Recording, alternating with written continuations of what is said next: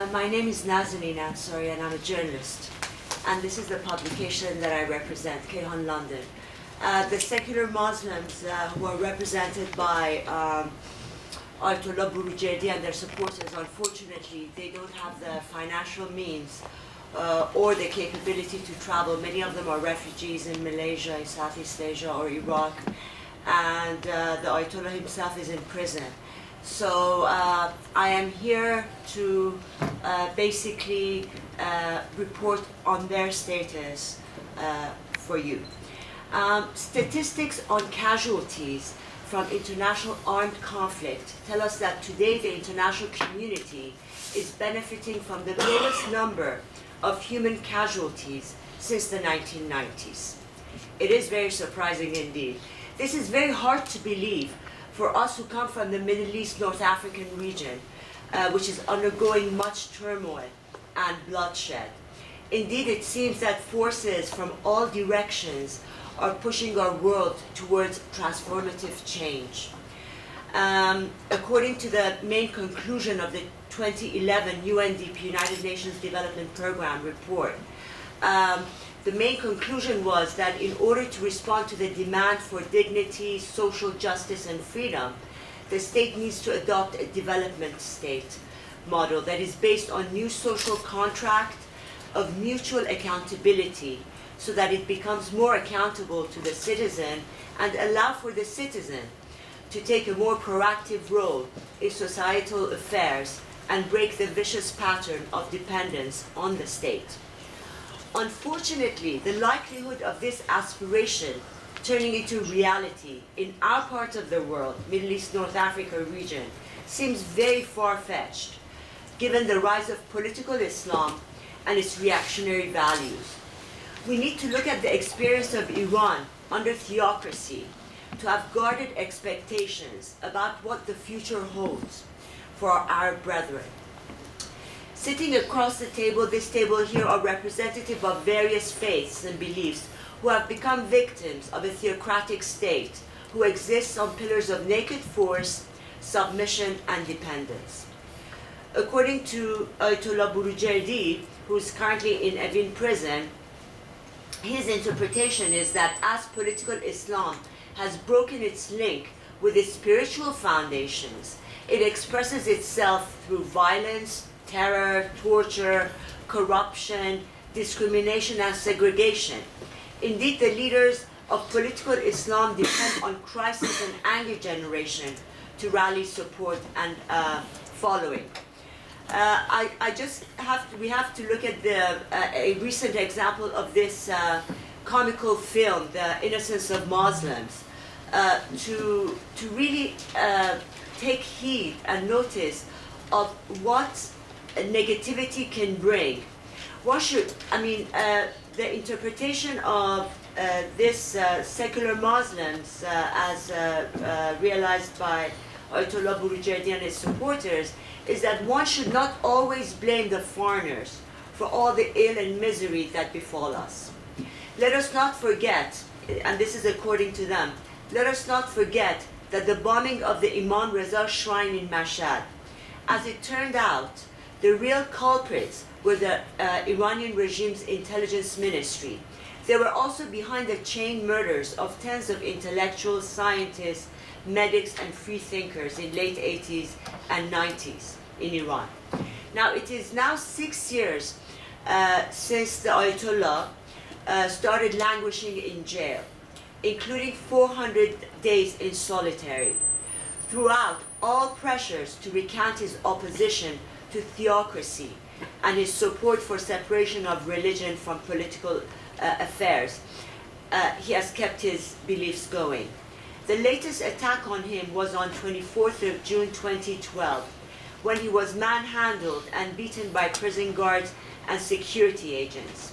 Again, he was beaten in his cell after issuing a plea to the UN Secretary General Ban Ki-moon, along with other prominent Iranian activists and leaders, to take heed of the deteriorating human rights situation in prisons and across the country amongst religious and ethnic minorities.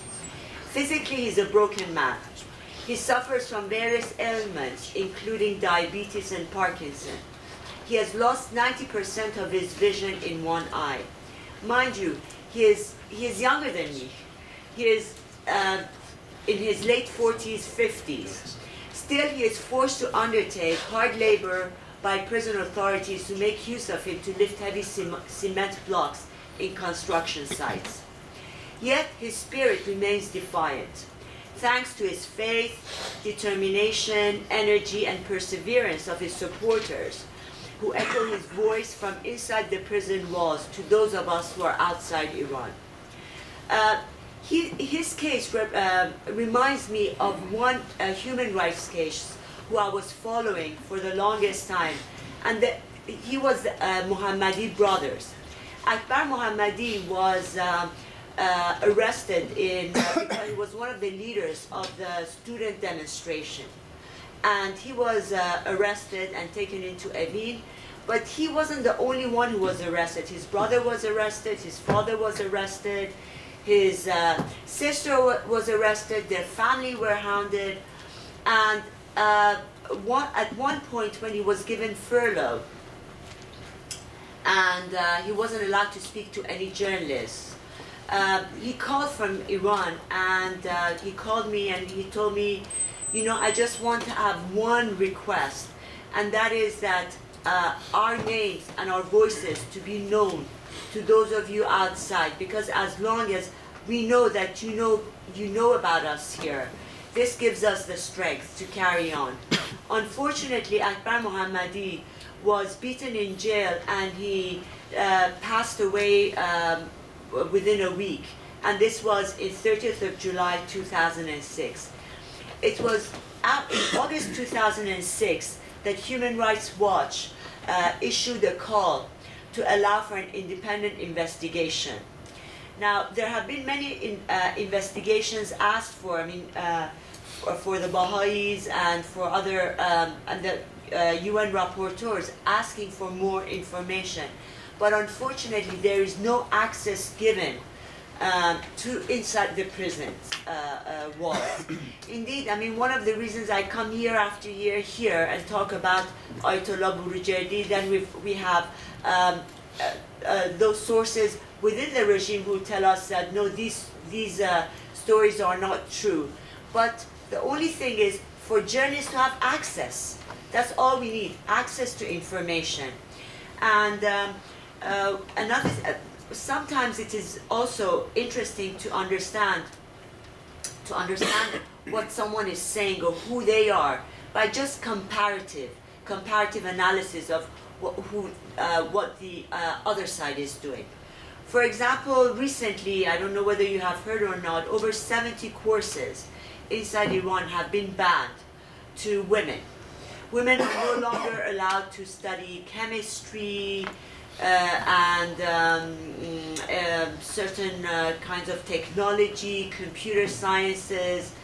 And when you look at the profile of the supporters of this secular Islam, many of them are women, and many of them are university women, who either teach at university or who are chemists. And so you can understand that even in a theocracy, Muslims become victims. But on the positive side, I can say that